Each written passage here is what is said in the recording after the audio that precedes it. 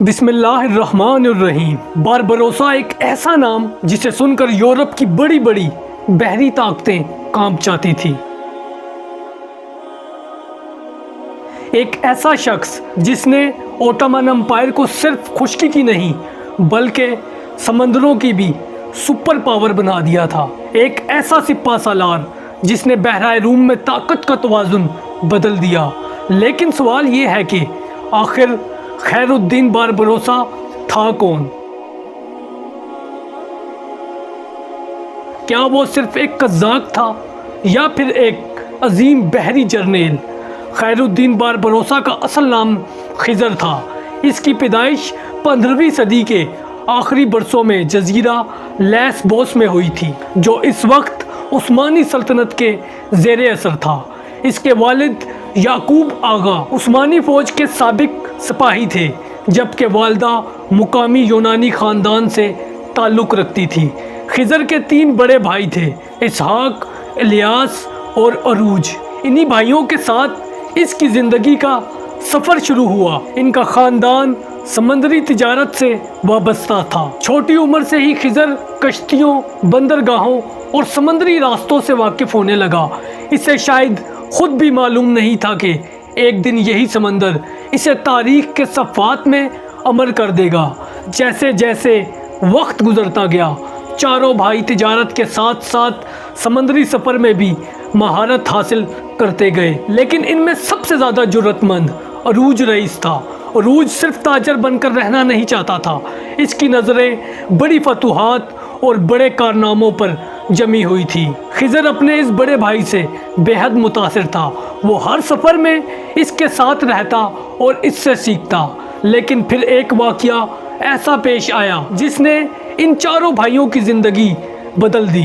ایک سفر کے دوران ان کا سامنا رودوس کے صلیبی جنگجوؤں سے ہوا۔ ان کے درمیان لڑائی شروع ہو گئی اور اسی تصادم میں الیاس مارا گیا اور عروج گرفتار ہو گیا۔ خضر اور اسحاق کسی طرح اس لڑائی سے بچ نکلے۔ یہ ان کی زندگی کا پہلا بڑا صدمہ تھا۔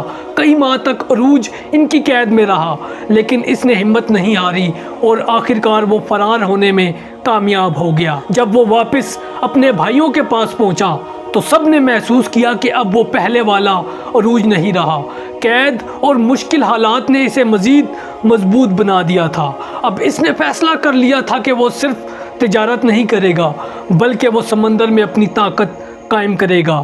اسی دوران اسپین میں مسلمانوں پر مظالم بڑھ رہے تھے۔ غرناطہ کے سقوط کے بعد ہزاروں مسلمان اپنے گھروں سے بے دخل کیے جا رہے تھے۔ عروج اور خضر نے ایک خطرناک فیصلہ کیا۔ انہوں نے اپنے جہازوں کے ذریعے اسپین کے ساحلوں سے مسلمانوں کو نکال کر شمالی افریقہ پہنچانا شروع کر دیا۔ یہ کام ان دونوں کے لیے آسان نہیں تھا اور ہر سفر میں اسپینی بحریہ کا خطرہ موجود رہتا تھا، لیکن دونوں بھائیوں نے ہزاروں لوگوں کی جانیں بچائی۔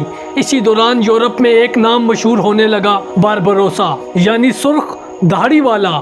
یہ لقب پہلے عروج کو دیا گیا اور بعد میں خضر بھی اسی نام سے مشہور ہو گیا۔ اسی دوران جب 1516 عیسوی میں الجزائر کے لوگوں نے عروج رئیس سے مدد طلب کی، اسپین مسلسل علاقے میں اپنا اثر و رسوخ بڑھا رہا تھا۔ مقامی آبادی ایک مضبوط رہنما چاہتی تھی اور عروج رئیس نے مقامی آبادی کی اس دعوت کو قبول کیا۔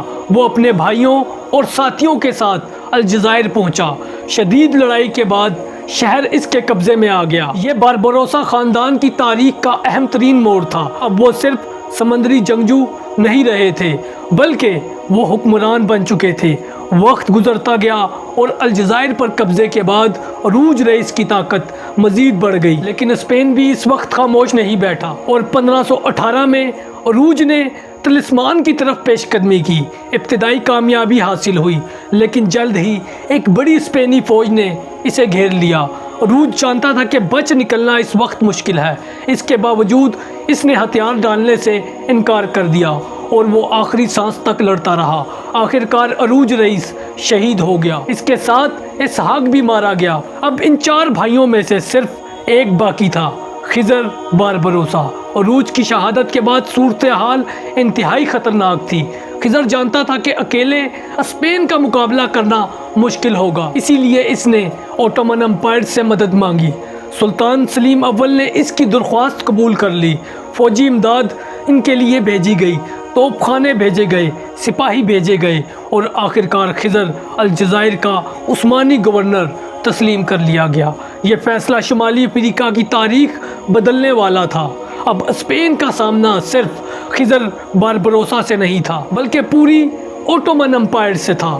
بعد ازاں سلطان سلیم قانونی نے خضر کو ایک عظیم لقب عطا کیا، خیر الدین، یعنی دین کی بھلائی کا ذریعہ، اور یوں خضر باربروسا خیر الدین باربروسا بن گیا۔ خیر الدین نے الجزائر کو مضبوط قلعے میں تبدیل کر دیا، نئے جہاز بنائے گئے، بحری بیڑا بڑھایا گیا، تجربہ کار ملاح بھرتی کیے گئے اور کچھ ہی عرصے میں اس کا بیڑا پورے بحرائے روم میں سرگرم ہو گیا۔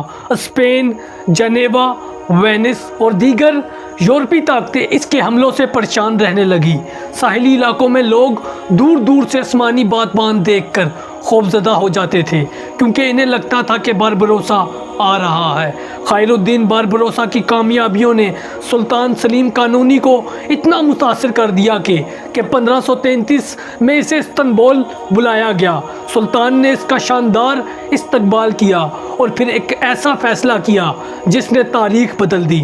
خیر الدین باربروسا کو عثمانی بحریہ کا سب سے بڑا عہدہ کپتان دریا عطا کر دیا گیا۔ اب اس کے اختیار میں پوری عثمانی بحریہ تھی اور جلد ہی اسے اپنی زندگی کی سب سے بڑی جنگ لڑنی تھی، جنگ پرویزا۔ لیکن 1533 میں جب خیر الدین باربروسا استنبول پہنچا تو شاید ہی کسی نے سوچا ہوگا کہ آنے والے چند برسوں میں وہ بحرائے روم کی تقدیر بدل دے گا۔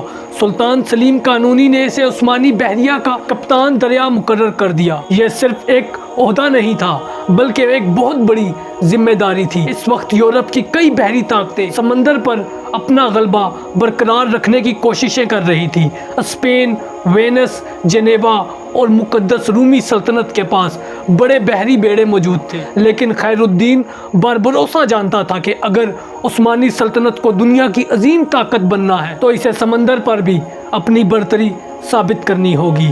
نئے جنگی جہاز تیار ہونے لگے، ماہر ملاح بھرتی کیے گئے، توپ خانے کو جدید بنایا گیا اور ایک ایسی بحری قوت تیار کی گئی جو جلد ہی پورے یورپ کے لیے خطرہ بننے والی تھی۔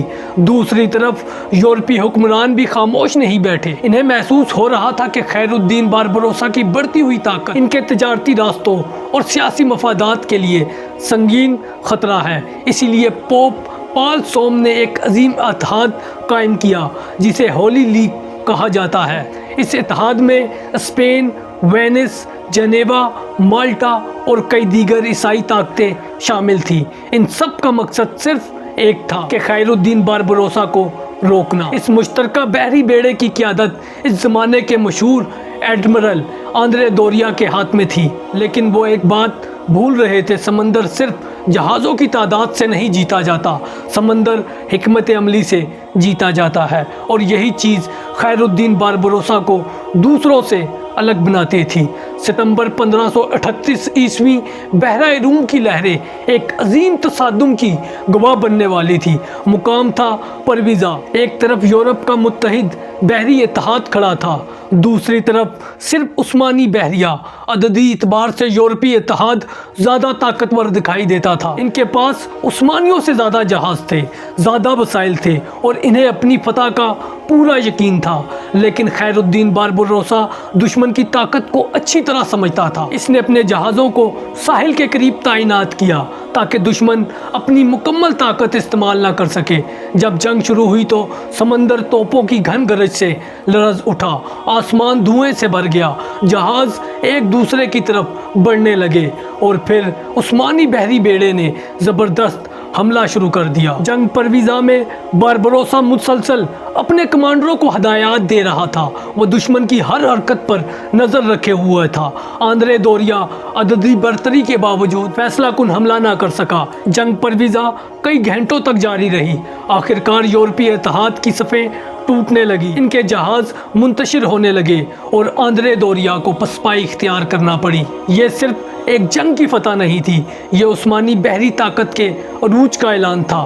اگلے کئی عرصوں تک بحرۂ روم پر عثمانیوں کی برتری قائم رہی اور اس کامیابی کے مرکز میں ایک ہی شخص تھا، خیر الدین باربروسا۔ جنگ پرویزا کے بعد باربروسا کا نام پہلے سے کہیں زیادہ مشہور ہو گیا۔ یورپ کے ساحلی علاقوں میں اس کی کہانیاں سنائی جانے لگی۔ لوگ اپنے بچوں کو اس کے نام سے ڈرانے لگے۔ تاجروں کے لیے اس کا نام پریشانی کی علامت بن گیا اور حکمرانوں کے لیے خطرے کی گھنٹی بن گیا۔ اب عثمانی بحریہ صرف مشرقی بحرۂ روم تک محدود نہیں تھی، اس کی موجودگی پورے سمندر میں محسوس کی جا رہی تھی۔ اسی وجہ سے وینس کو امن معاہدے پر مجبور ہونا پڑا۔ اسپین کو اپنے دفاع پر مزید وسائل خرچ کرنا پڑے اور یورپ کی کئی طاقتوں نے اپنے بحری منصوبوں پر نظر ثانی شروع کر دی۔ اب خیر الدین باربروسا اپنے عروج پر تھا، لیکن اس کی کہانی ابھی ختم نہیں ہوئی تھی، کیونکہ جلد ہی ایک ایسا اتحاد وجود میں آنے والا تھا جس نے پورے یورپ کو حیران کر دیا۔ ایک ایسا اتحاد جس میں ایک مسلم سلطنت اور ایک عیسائی بادشاہ ایک ساتھ کھڑے نظر آئے۔ یہ تھا فرانس اور اوٹومن امپائر کا حیران کن اتحاد۔ اس زمانے میں فرانس کے بادشاہ فرانسس اول اور مقدس رومی سلطنت کے شہنشاہ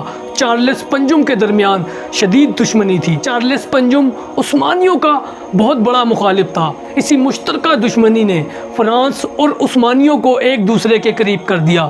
یہ یورپی تاریخ کے عجیب ترین اتحادوں میں سے ایک تھا اور 1543 عیسوی میں خیر الدین باربروسا ایک عظیم عثمانی بیڑے کے ساتھ فرانس پہنچا۔ فرانسیسی فوج اور عثمانی بحریہ نے مل کر وینس کے خلاف کارروائی کی۔ یہ منظر پورے یورپ کے لیے حیران کن تھا۔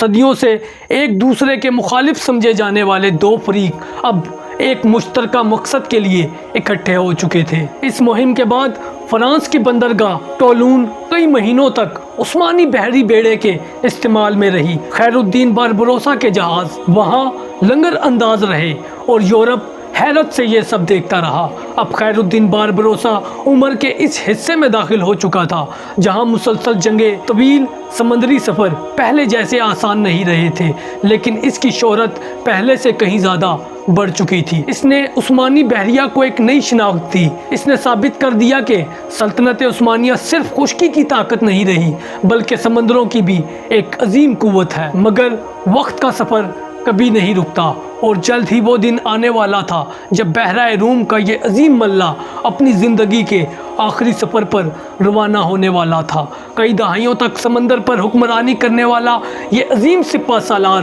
اب اپنی زندگی کے آخری باب کی طرف بڑھ رہا تھا۔ وہ شخص جس نے طوفانوں کا سامنا کیا، جس نے یورپ کی بڑی بڑی طاقتوں کو شکست دی، جس نے الجزائر کو مضبوط کیا اور جس نے اوٹومن بحریہ کو دنیا کی عظیم ترین بحری قوتوں میں شامل کر دیا، اب اپنی عمر کے اس حصے میں پہنچ چکا تھا جہاں انسان اپنی زندگی کے سفر کو پیچھے مڑ کر دیکھتا ہے۔ ایک عام ملا سے تاریخ ساز سپہ سالار تک، خیر الدین باربروسا کی سب سے بڑی کامیابی صرف جنگیں جیتنا نہیں تھی۔ اس کی اصل کامیابی یہ تھی کہ اس نے عثمانی سلطنت کی سوچ بدل دی۔ باربروسا سے پہلے عثمانی سلطنت کی اصل طاقت صرف زمینی فوج تھی، لیکن باربروسا نے ثابت کیا کہ سمندر پر حکمرانی کے بغیر عالمی طاقت بننا ممکن نہیں۔ دلچسپ بات یہ ہے کہ خیر الدین باربروسا کے مخالف بھی اس کی صلاحیتوں کے معترف تھے۔ یورپی مورخین نے اسے صرف ایک جنگجو کے طور پر نہیں لکھا، بلکہ ایک غیر معمولی بحری کمانڈر بھی قرار دیا ہے۔ آندرے دوریا جیسے تجربہ کار ایڈمرل کے مقابلے میں کامیابی حاصل کرنا معمولی بات نہیں تھی۔ اس دور کے کئی یورپی حکمران جانتے تھے کہ باربروسا کے ہوتے ہوئے بحرۂ روم میں عثمانیوں کو چیلنج کرنا آسان نہیں، اسی لیے اس کا نام خوف کے ساتھ ساتھ احترام کی علامت بھی بن گیا۔ اور 1546 عیسوی میں خیر الدین باربروسا کی صحت کمزور ہونے لگی۔ طویل مہمات، مسلسل جنگیں اور عمر کا اثر اب نمایاں ہونے لگا۔ بالآخر جولائی 1546 میں استنبول میں خیر الدین باربروسا کا انتقال ہو گیا۔ اس وقت ان کی عمر تقریباً 70 برس کے قریب تھی۔ یہ خبر پورے عثمانی دارالحکومت میں پھیل گئی۔